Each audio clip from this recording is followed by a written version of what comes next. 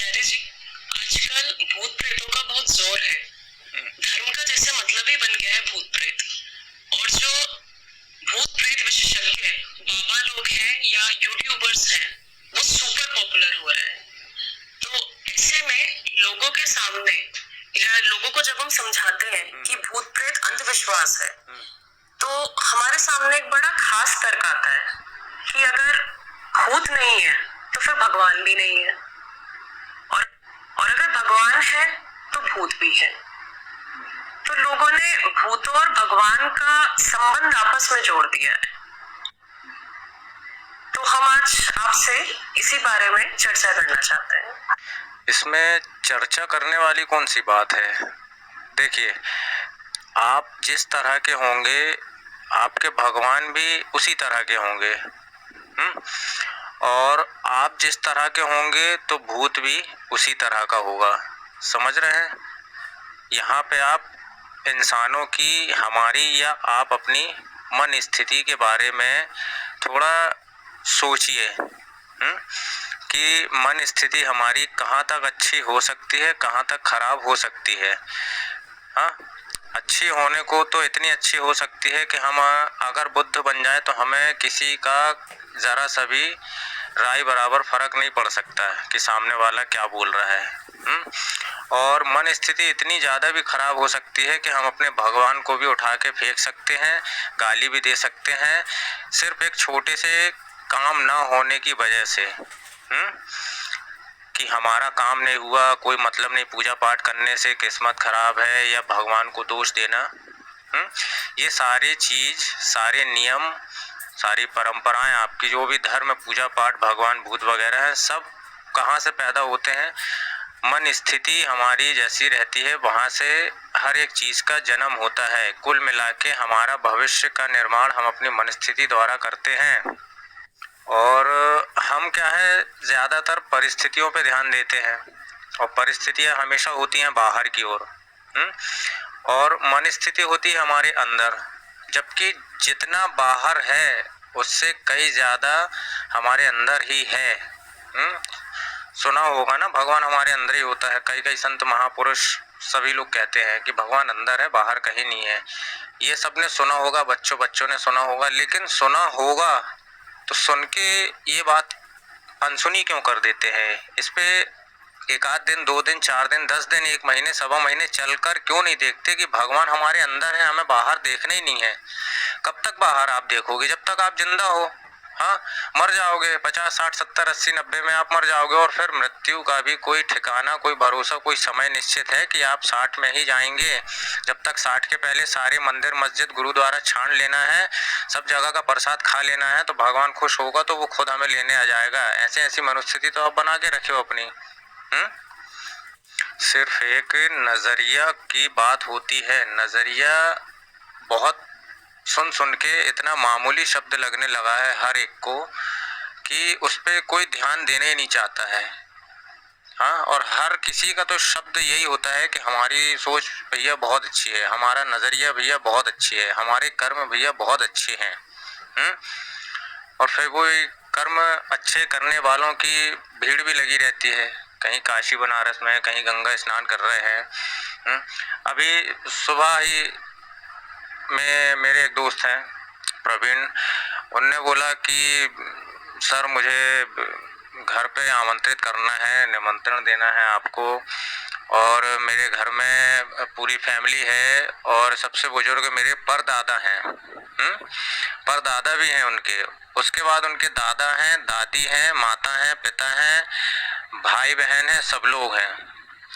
तो हमने बोला किस वजह से, किस लिए हम आपके घर में हम आ सकते हैं, क्या कारण से हम आ सकते हैं, कैसे निमंत्रण हम अपने आपको हम कैसे ले जाएं? आपने इतने बड़े परिवार का आपने पूरी गिनती करवा दी, और आप बीच वाले मेंबर होके आप बोल रहे हैं कि सर आप हमारे घर पे आप डिनर करें, और थोड़ा सा जो परंपरागत जो प्रथा चली है उस पर थोड़ा चर्चा करें, और जो अंधविश्वास फैला थोड़ी बहुत उस पर आप थोड़ा हमारे घर में चर्चा करें तो थोड़ा माता पिता को, दादा दादी को, हमारे जो परदादा हैं और जो हमारे परदादा और दादा दादी, जो हमारे वशिष्ठ जी, जो हमारे पुराने पंडित हैं, पुरोहित हैं, उनके कहने पे कई सालों से चलते आए हैं। दादी हमारे कहीं किसी महाराज के, कहीं किसी महाराज के, ये सब उनने बताया।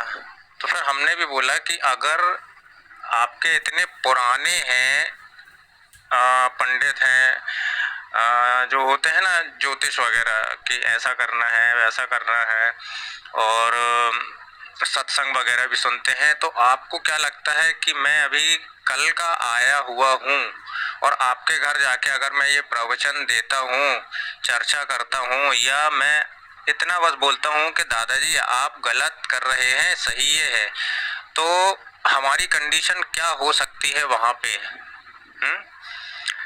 तो वो प्रवीण भाई साहब कुछ नहीं बोले, शांत। फिर उन्होंने बोला फिर भी चर्चा कुछ ऐसा, क्योंकि मैं आपको काफ़ी समय से सुन रहा हूँ, मैं आपको मैसेज वगैरह भी देखता हूँ, कोट्स देखता हूँ, और काफ़ी मैसेज में बात हुई है ये सब।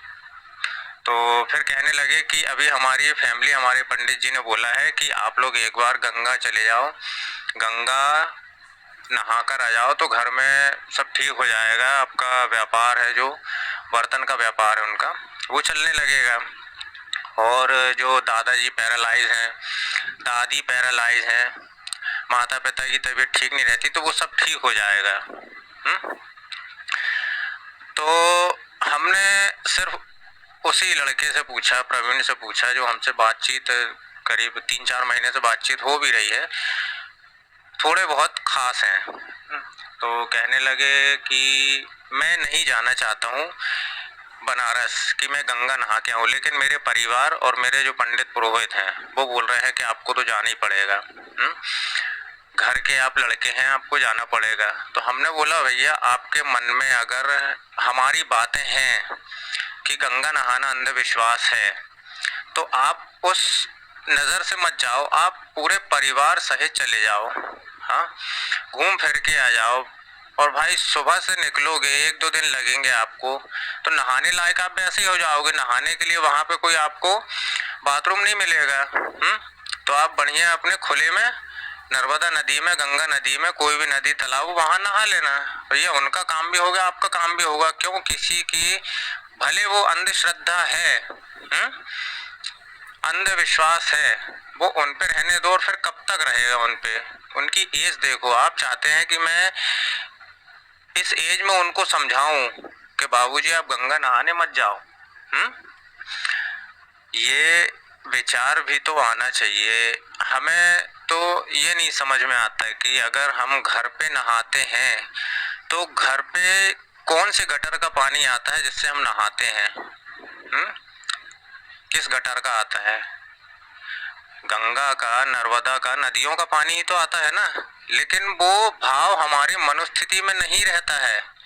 हमारे मन स्थिति में रहता है कि वही टंकी के पानी से हम नहा रहे हैं, वही वो है, एक आध बार गंगा नहा लें, यमुना नहा लें, हाँ, सरस्वती चले जाए, और दुनिया भर की जो नाम दिए गए हैं नदियों के, जो पवित्र मानी गई हैं, बह रही हैं, तो वो भैया उनका पानी साफ है। हाँ, लंबी है वो नदी, वो कहाँ से कहाँ गुजरी हुई है भारत में पूरे भ्रमण करके, तो वो लंबी नदी है, तो उनका नाम गंगा रख दिया। तो क्या